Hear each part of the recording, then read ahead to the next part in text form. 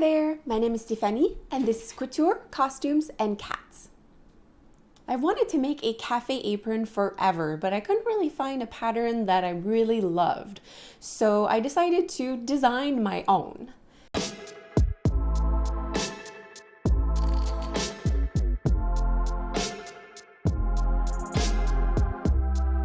Couple of awesome things about this project is that one, you don't need a pattern. Two, it's a great stash busting project.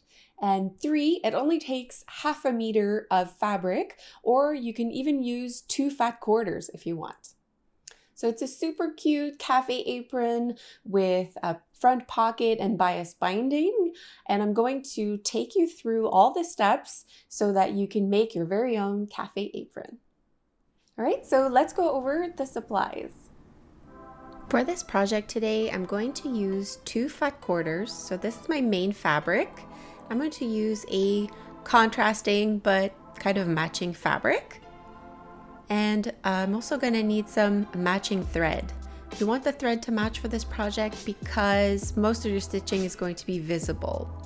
You're also going to need a ruler and a rotary cutter, but you could also use some scissors if you prefer. I have a 1/2 inch wide strip of interfacing for my pocket. It's not mandatory, but it is going to make your pocket look crisper if you use it. So I'm going to cut off this raw edge because I don't like it here. I don't want it to show. And I want to make sure that all my edges are straight. So make sure that your rectangle is all straight, and the dimensions that we're going to work with is that we want it to be 18 inches wide and then 2 pieces, so 11 inches and 7 inches or about. So we're going to measure this piece here, and we see that we have about like 3.5 inches too long, so we're going to cut that off.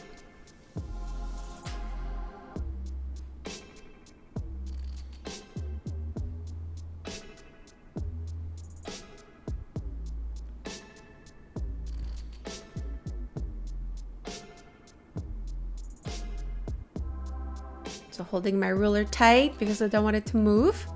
I'm cutting off the excess fabric and I'm gonna keep it aside. I can actually use it for something later. All right, now I want my 2 apron pieces. So I need an 11 inch wide, tall, and a 7 inch tall. So for this, it's important to have your fabric like facing up because you don't want to accidentally cut it sideways.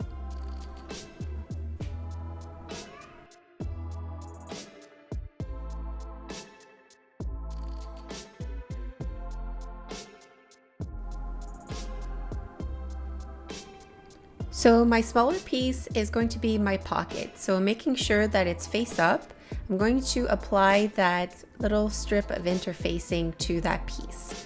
So on the wrong side, I'm going to put it right on the edge. All right, so I've applied it and now I'm going to fold it over to stitch. So you can use that little strip of interfacing as a guide. You fold it over once at the edge and then another time. So that interfacing has 2 jobs. So you can pin all the way along. You can also wing it if you don't want to pin.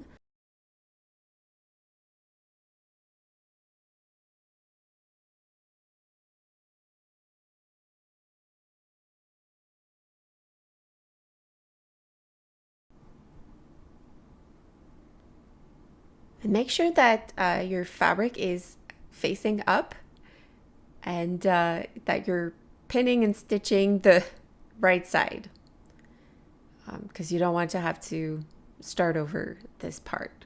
So we're pinning the top of the pocket and we're going to go stitch it in place. So here I am at the machine with my first color of thread. I have the blue thread and I'm going to stitch the top of my pocket. I'm using a new needle. It's important to change it once in a while if you want the results to be good. I'm using a size 75 needle for this project. It works really well for most fabrics. In this case, it's small enough that it won't leave big holes, but it also can go through all the layers. So this has a very small seam allowance. So you see that it's actually smaller than the presser foot. So be careful when you stitch. Go slow. Try to go as close to the edge as you can. But you can also stitch in the middle of this fold if you're having a little bit of trouble.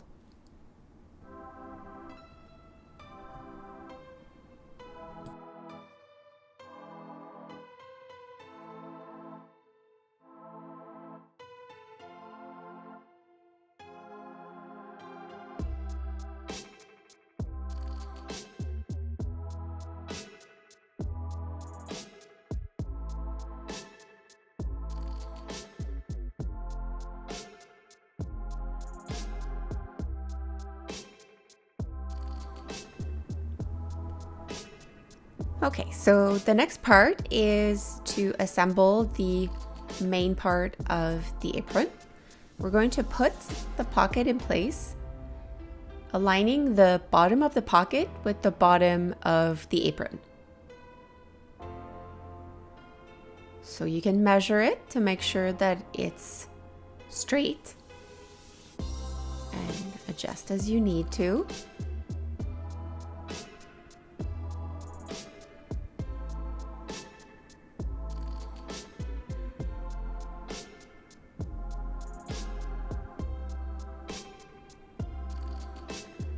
Now we're gonna pin it in place. And we now want to find the center of our piece. So we're gonna fold it in half. And if you press it, you'll find that quilting cotton will crease. So if you press it down, when you open it, you get a little mark here. All right, so that line here, we need to stitch that down to create our pockets. All right. So you can just use that as a guide, or you can use a marking tool. I'm going to use some tailor's chalk and mark it down so that it's easier to see when it's time to stitch at the machine.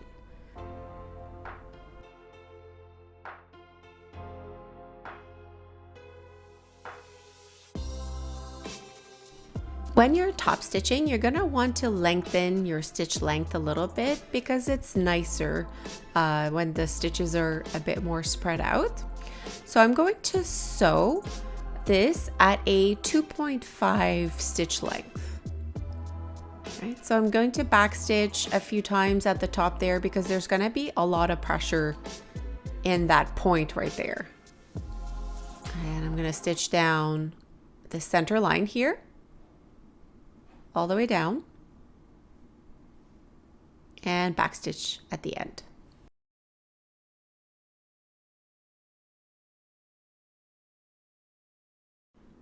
This next step is the part where we shape the apron, because right now it's just a big old rectangle and we want it to have some curves. Boop.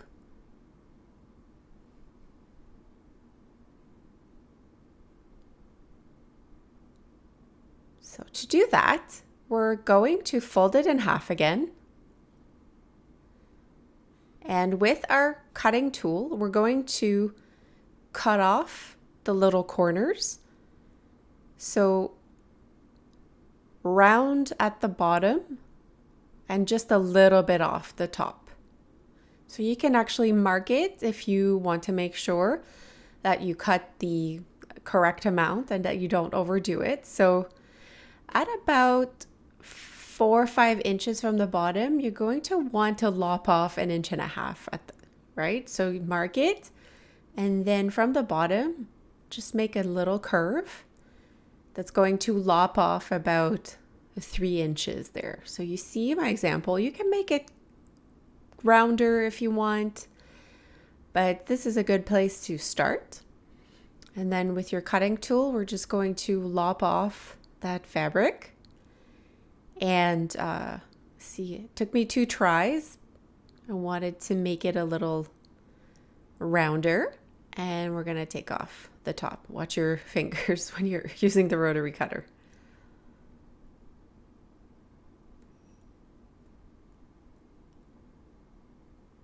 There you go.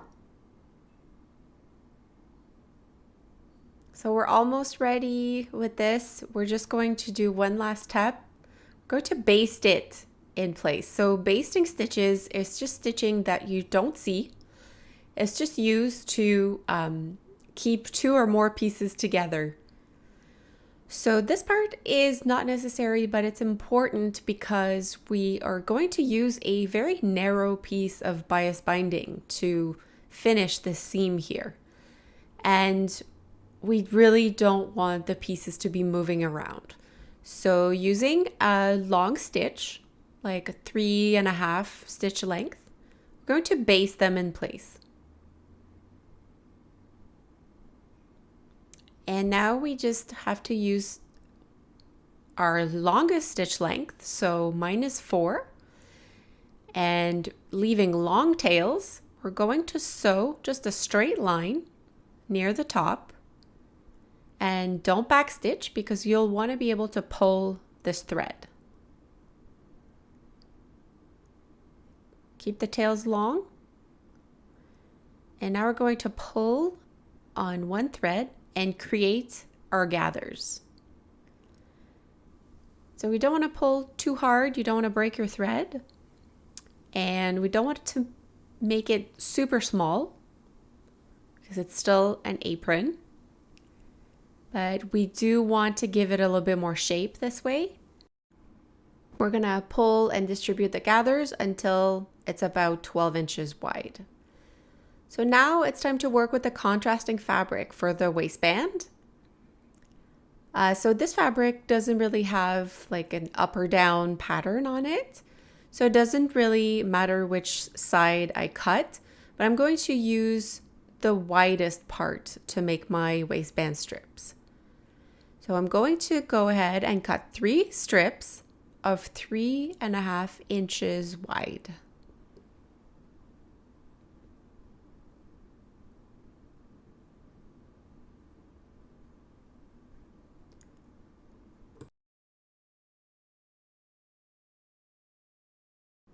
The reason that we're cutting the strip 3.5 inches wide is because we're folding it in half, and then when we factor the seam allowance, it becomes only about 1.5 inches wide. So that's why we cut them 3.5 inch wide. Now I'm going to show you how to make bias binding. If you want to use pre-made bias binding, just skip this step. You can skip to the time code. I like to use this ruler here because it has all the angle markings on it. So it's really easy to cut at an angle. So we're going to make some strips and cut them at a 45-degree angle. So we're going to line up my ruler here with the edge of the strip, and we're going to cut.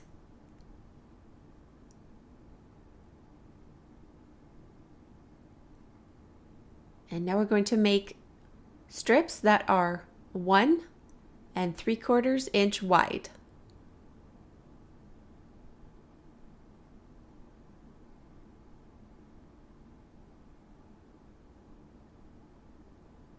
Since we don't have that much fabric left, the strips are going to be a little bit short.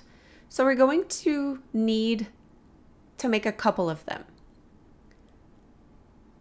See how when we double fold them, they become pretty narrow? That's why they need to be 1 3/4 inches wide. You can make them wider if you want. That's what I use for my project. So we're going to cut a bunch of these strips, enough to make a piece that is about 40 inches long.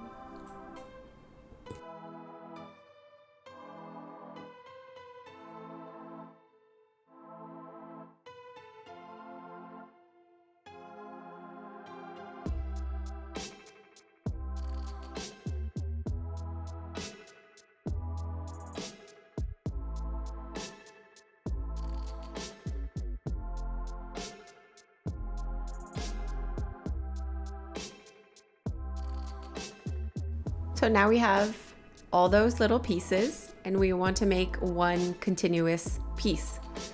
So we're going to put them together at an angle, like you see here. So at a 90-degree angle, because then the seam allowance is better distributed and it doesn't create as much bulk. So use 2 pins to mark where you're going to stitch there.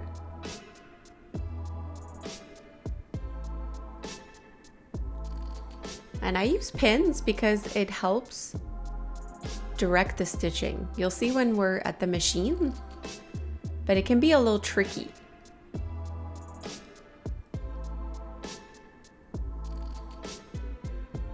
All right, so we're going to stitch there. As I said, we use the pin to guide our stitching a little bit. So we're gonna start in that V, and we're gonna stitch all the way down and make sure that we end up in that V there again.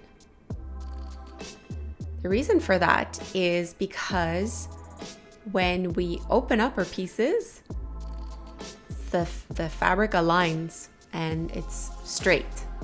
If we don't sew it on this way, it's not going to be aligned and it's going to become weird when you want to stitch it to your piece. So we're going to open the seam allowance and press it down, fold it once and press it again. So this part is a little bit long, but it works beautifully and it matches. And now we're going to fold it again.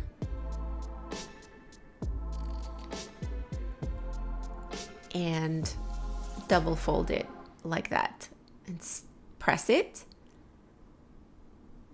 so that we have one long piece. You see how it's double folded? And we have about 40 inches that we're going to pin on our raw edge. So this part, it's really important to pin it right because it might want to move a little bit when you're sewing. So take your time here, align the 2 raw edges and then fold it over, completely hiding the raw edge. Okay, so when you pin it, you can turn your work around and see if it's on straight.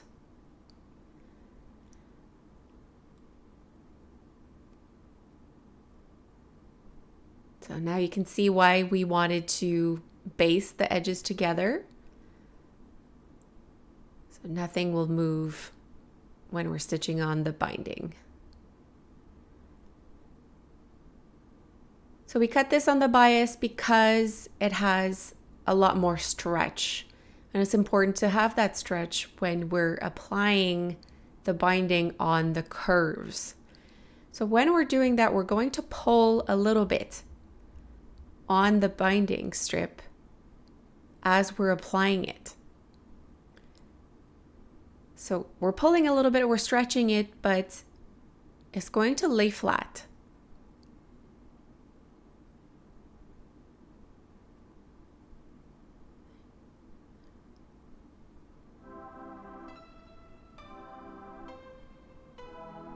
So we continue all around using lots of pins.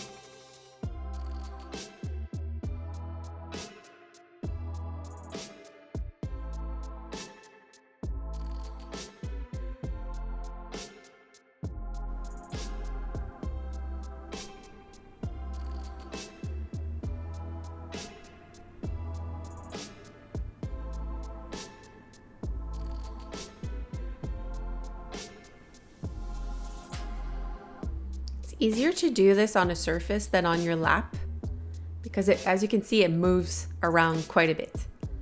At the end is going to be a bit difficult because it's a little curved, so it's going to want to stick out. So make sure that you enclose the end there and you pin it in place, and then we're going to cut off the excess.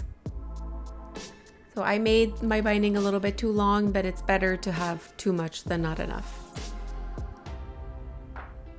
The next step is to stitch it in place. So make sure you adjust your stitch length, because last time we were stitching, we were using the gather stitch. So bring it back to 2.5 in length about, and try to stitch close to the edge, but not too close, because we want to make sure that we catch all the layers. So it might be easier to leave a little bit more space there. And don't hesitate to turn your project around and check it to make sure that you're sewing through all the layers. And keep checking throughout, because otherwise you might have to unpick and stitch it again. So go slow around the curve. Make sure that you pivot the fabric as you go along.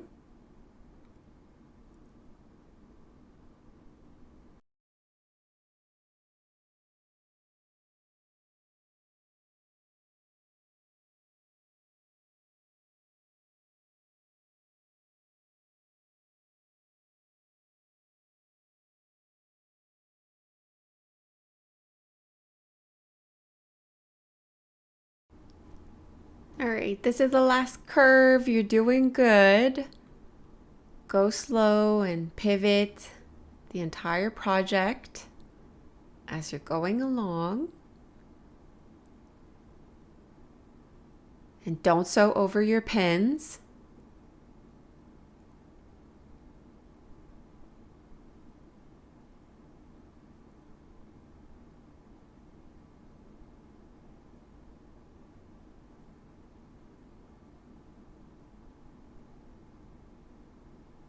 Keep it flat till the end and backstitch, and we're done with the bias binding. Make sure you check the back. See that it's all sewn up in there, and maybe give it a good press if it's a little bit curved. Now we're going to assemble the waistband. We're just going to sew the short ends together to make one long piece.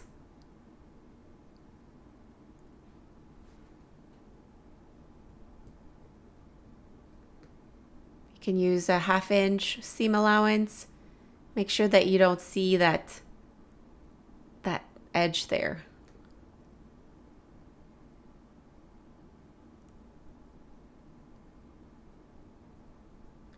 And at the ironing table, we're going to press open the seam allowances.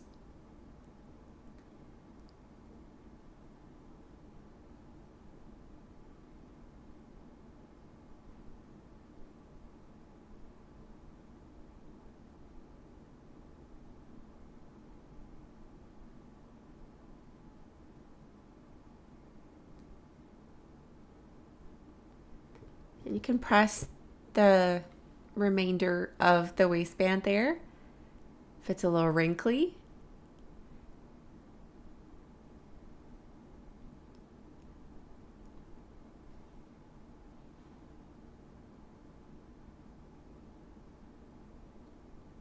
Now we want to find the center of the waistband. So we're gonna fold it in half and use some pins to mark the center. You can also crease it with your hands.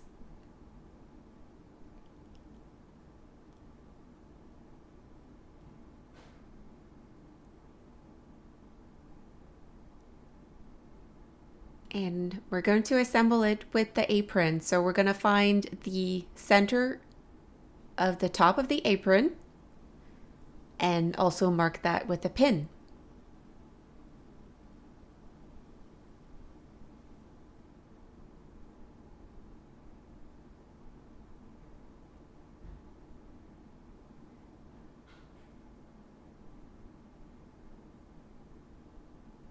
Now the two pins are going to match up, and we're going to pin the waistband to the top of the apron.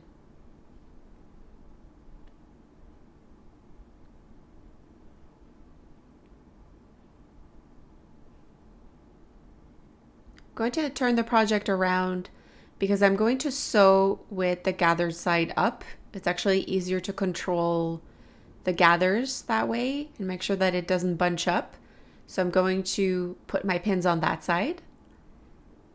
Make sure that you lay it flat.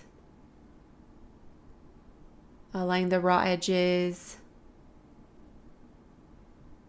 Use lots and lots of pins because the edges there are going to want to curl up because of the gathers. So use as many pins as you need to make sure that it stays in place.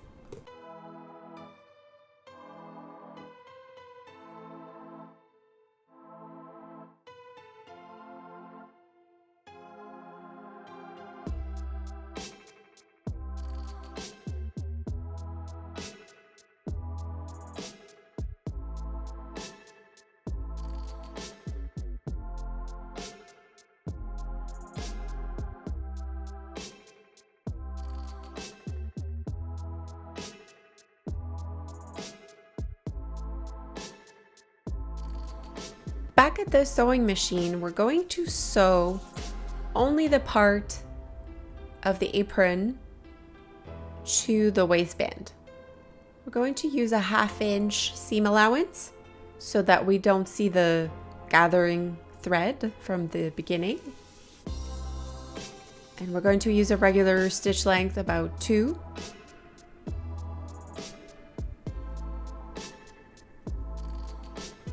And everything has to lay flat and it'll want to move.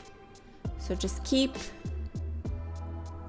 pushing it flat and moving around your gathered fabric so that it doesn't create big bunches. Take out the pins as you go.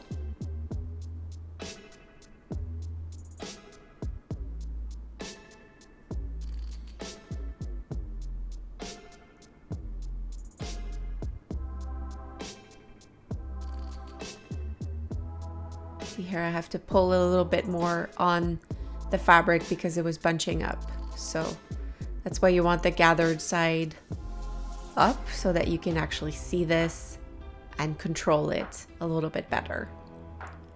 Stitch to the end and backstitch.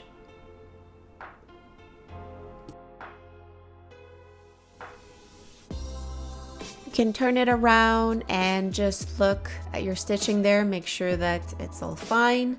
Then you're going to find the end of your ties, fold them in half, and stitch the ends.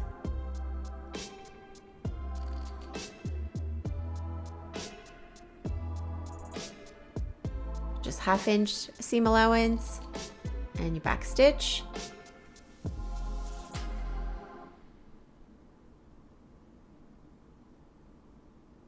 We're also going to cut off the excess and cut off the corner so that we can turn it around.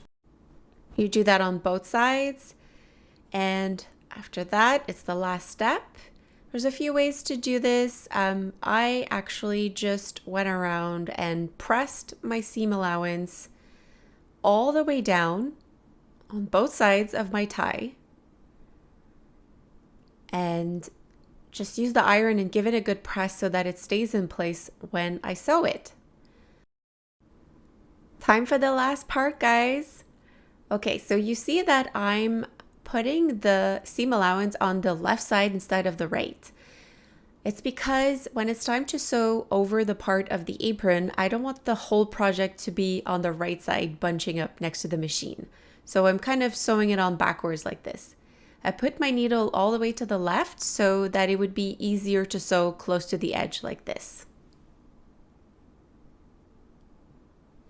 So using a 2.5 or 3 stitch length, I'm going to stitch all the way down. Make sure that it stays in place and that it's all aligned. And when it's time to sew over the apron part, you're gonna wanna look under as well and make sure that you're catching all those layers and those seam allowances.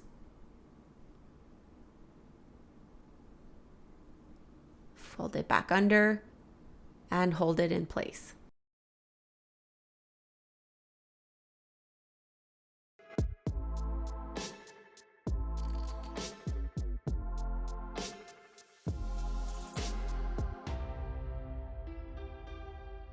We did it! Wasn't it easy? I even made a scrunchie with the extra fabric that I cut off. If you want, you can check out my other video on how to make your very own scrunchie. All right, so good luck. I can't wait to see what you make. Don't forget to like and subscribe, and I'll see you next time. Bye.